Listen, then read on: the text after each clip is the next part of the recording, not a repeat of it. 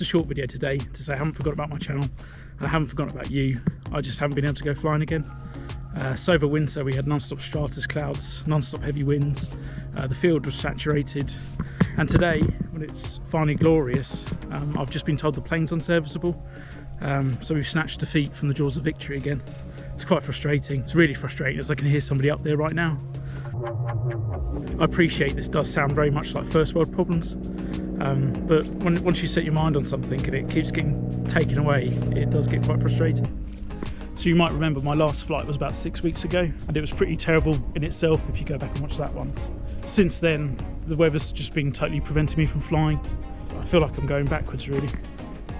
With flying, frequency is quite important, so if you don't fly for 2 weeks or so, your skills start atrophying, and then you have to almost get over a bow wave of experience before you start learning again.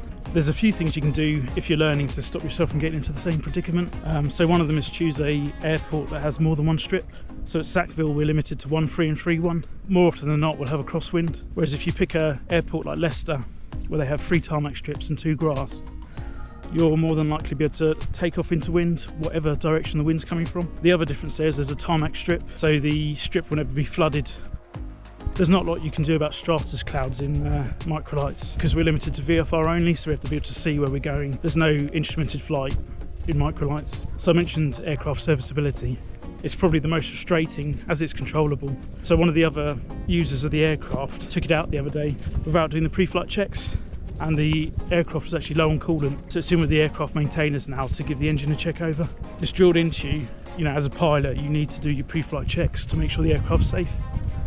So not doing them completely, especially when the aircraft's being laid up over winter, is a bit stupid frankly. Yeah, a bit dumb. It's slightly concerning as well because obviously it reduces my confidence in the aircraft. So every heavy landing it gets, every time it's run out of fuel or run without coolant, you think, oh, has it damaged the engine at all? Will the engine cut out, when you're up in the air?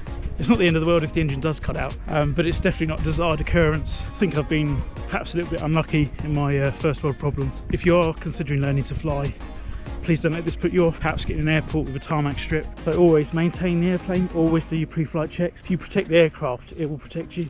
So that was just a little update with what's happening with the channel. Hopefully I'll have some more interesting footage for you soon, rather than me walking around in soggy fields. See you then.